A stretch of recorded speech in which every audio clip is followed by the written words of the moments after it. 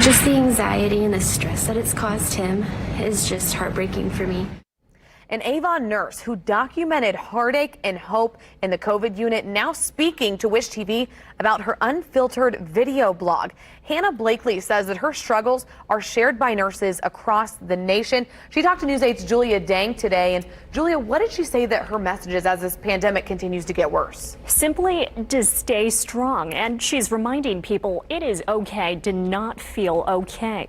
This is not the holiday season she expected when she first started her video blog back in April. Today was an okay day. Today has been kind of hard. Hannah Blakely has been documenting the ups and downs of life on the front line. Today was actually a really good day. Video blogging about heartache and hope. You guys are amazing and just keep it up. Thank you guys. Gratitude and grief. We have patients that were put on hospice today. She's been fighting to save lives at IU Health West since March. Heartbreaking Her for me. videos now pulling back the curtain on her COVID unit and her own stories of love and loss. Is this the day that I bring COVID home to my husband? Is this the day that I walk in and my patient is on hospice? Talking to News 8 on her day off, Hannah says her patients are like her family. She recalled comforting a dying COVID patient's relative who couldn't be at their bedside. We just went through the Lord's Prayer together, and I held her hand, and we both cried together as they said their goodbyes. Hannah worries the pandemic will ravage frontline workers' mental health as they face yet another COVID surge and a shortage of nurses.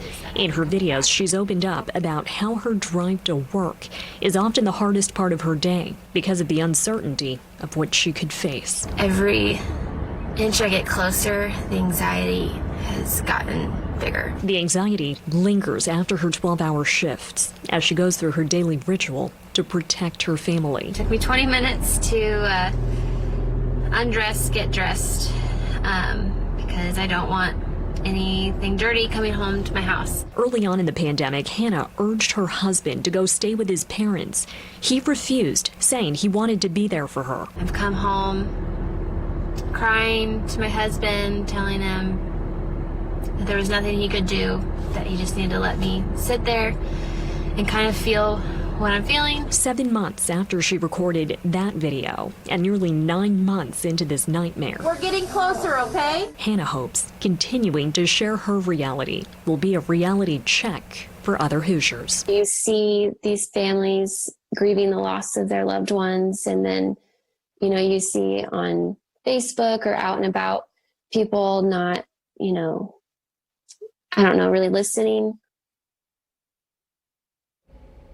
This Thanksgiving, Hannah has scaled back her plans. She'll be wearing a mask and social distancing in her own home. Live in the studio, Julia Dang, Wish TV and WishTV.com, and be sure to follow us on Facebook. Julia, thank you. Certainly an important story to share. All right, let's take a look now at the latest coronavirus numbers here from the state. 63 more people have died. Those deaths happened between March 15th and November 24th. 5,232 Hoosier deaths are now linked to the pandemic. There are now more than 6,000 new cases here in Indiana. In all, more than 312,000 people have been diagnosed.